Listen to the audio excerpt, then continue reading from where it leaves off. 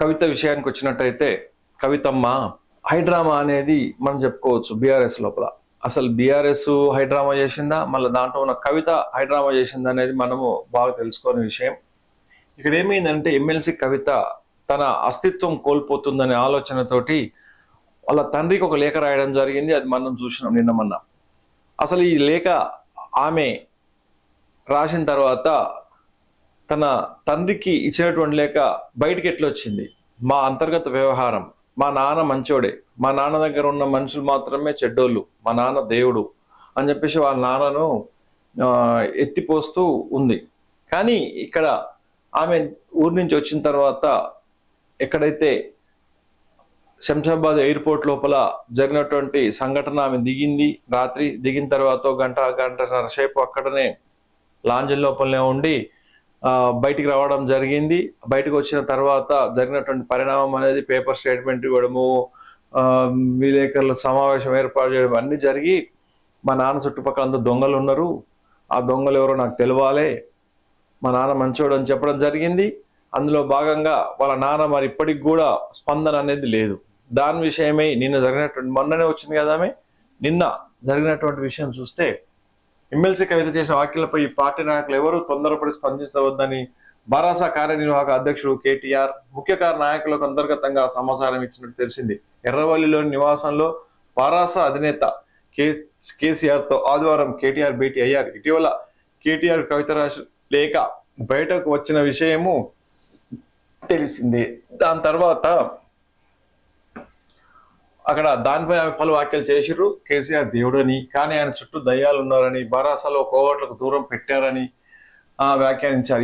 ఈ పరిణామాల నేపథ్యం లోపల కేసీఆర్ కేటీఆర్ల భేటీకి ప్రాధాన్యం ఏర్పడింది. పార్టీలో అంతర్గత విభేదాలు ఉన్నాయంటూ జరుగుతున్న ప్రచారం, విమర్శలపై వారు చర్చించిన సమావేశం. కవిత రాసిన లేఖ, అమెరికా పర్యటన తిరిగి వచ్చిన తర్వాత ఆమె చేసిన వ్యాఖ్యలు తదితర అంశాలు ప్రస్తావనకు వచ్చినట్టు తెలిసింది. ఈ తరహా ప్రచారానికి, విమర్శలకు పార్టీలో వ్యక్తిగతమయ్యే భిన్నాభిప్రాయాలకు తొందరపడి స్పందించాల్సిన అవసరం లేదని, ఈ విషయంపై ఎక్కువగా చర్చిస్తే పార్టీ నాయకులు, కార్యకర్తల్లో అనవసరమైన గందరగోళం నెలకొల్పే అవకాశాలు ఉన్నాయని కేసీఆర్ చెప్పినట్టు సమాచారం.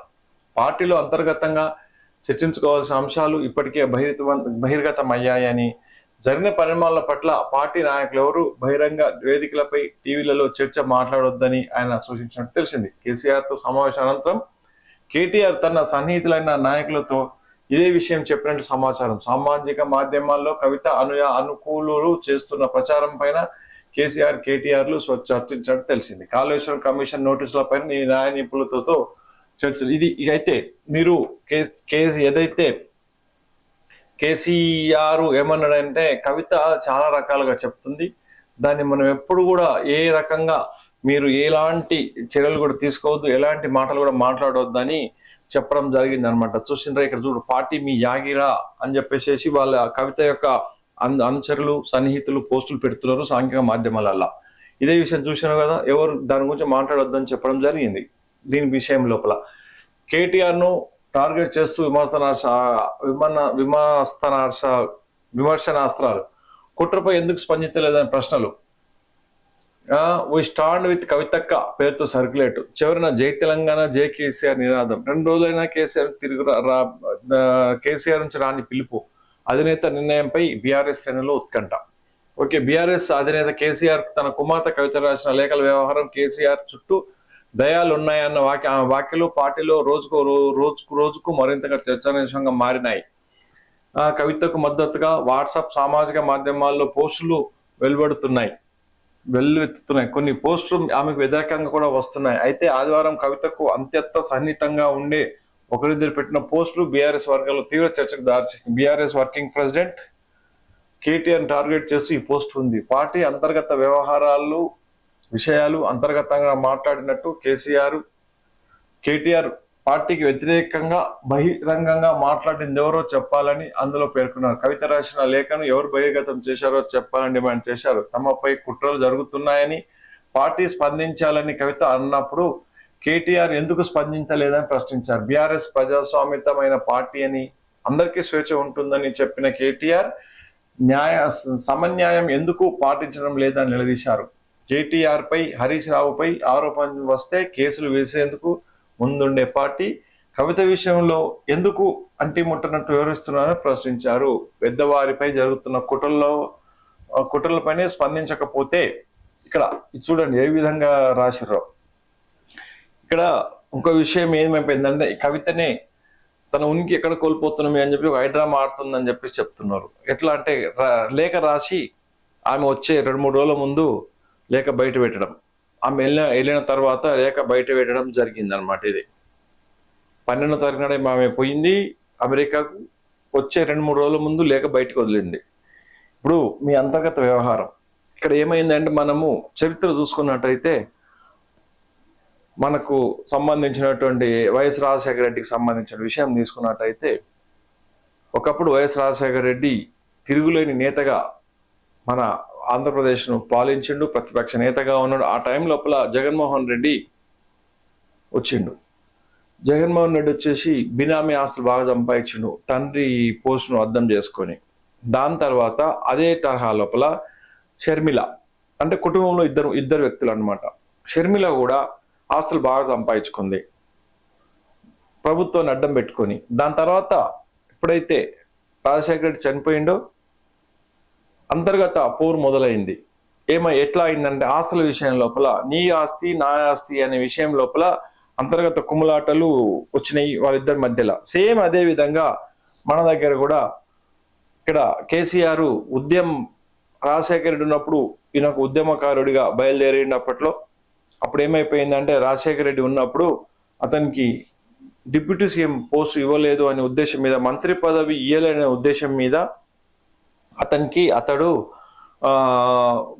ప్రత్యేక కుంపటి తయారు చేసిండు అప్పట్లో. అప్పుడు ఉన్నటువంటి రాజకీయం అనుగుణంగా తెలంగాణ సెంటిమెంట్ ఒకటి చేసి, ఆ టైం లోపల కేసీఆర్ చెప్పింది ఏంటంటే, हम मियाँ बीवी है, हमको कुछ भी नहीं है, कोई भी नहीं है, हमारा बेटा बेटी बाहर है, उन्हें జాబ్ కర్రా అని చెప్పేసి. అంటే నా కొడుకులు నా బిడ్డలు ఎవరు కూడా ఈ యొక్క ఉద్యమంలో పాల్గొనరు, ఉన్నా సచ్చినా బతికినా నేను ఒక్కనే ఈ యొక్క తెలంగాణకు సంబంధించినటువంటి దాంట్లో మీ అందరూ ఏం అధైర్యపడాల్సిన అవసరం లేదు. నేను ఒక పొట్టి శ్రీరాముల్లాగా పోట్లాడి మన తెలంగాణ రాష్ట్రాన్ని సాధిస్తా, మీరందరూ నాకు మద్దతు ఇవ్వాలి అని ఆ రోజు నాడు చెప్పినటువంటి కేసీఆర్ తర్వాత మెల్లమెల్లగా కేటీఆర్ రావడం, దాని తర్వాత కవిత కూడా రావడము జరిగింది. దాని తర్వాత పరిణామం ఒకటొకటిగా పరిణామం అయిపోయి తెలంగాణ రాష్ట్రం ఏర్పడడం జరిగింది 14 లోపల. దాని తర్వాత ఎవరైతే కేటీఆర్ తర్వాత కవిత ఇద్దరు కూడా ప్రభుత్వం లోపల కీలక పాత్రలు పోషించడం, కుటుంబమే పార్టీయే కుటుంబంగా తయారు కావడం, ఇదంతా మనం చూసిన విషయం. ఇటు జరుపుకుంటూ ఒక కుటుంబం పాత్ర దర్శనం. మేనమామ అయినటువంటి హరీష్ రావు అన్న కవితకు బావ అవుతాడు. తర్వాత దాని తర్వాత ఎవరు అందులో వీడున్నాడు కదా సంతోష్ రావు, గోళీల మాస్టర్, గోళీలు ఇచ్చేటోడు, అంటే ఆ కేటీఆర్కి గోళీలు ఇచ్చేటోడు. కొన్ని వేల కోట్లు సంపాదించి స్విట్జర్లాండ్ అక్కడక్కడ ఆస్తులు కొన్నాడంట. 5 మందితోటి రాజ్యం అనేది, తెలంగాణ రాష్ట్రం అనేది బంధింపబడ్డది. ఇప్పుడు బంధకాలంలో నుంచి బయటికి వచ్చిర్రు. అయితే ఇప్పుడు ఇక్కడ కవిత ఏం చెప్తుంది అని అంటే, ఈమె కొత్తగా పార్టీ పెడుతుందంట. మరి ప్రజలు మన కొత్తగా పార్టీ పెడుతుంటే ప్రజలు ప్రజలు ఏం చేస్తారో చూడాలి. మనం ఓట్లేసి గెలిపియాలి అని చెప్పేసి ఆమె చెప్తుంది, నాకు ఓట్లేసి గెలిపియాలి అని. ఇక్కడ ఓట్లేసి గెలిపియాలి అని అంటుంది అనమాట. ఇక్కడ 13వ పేజీయా?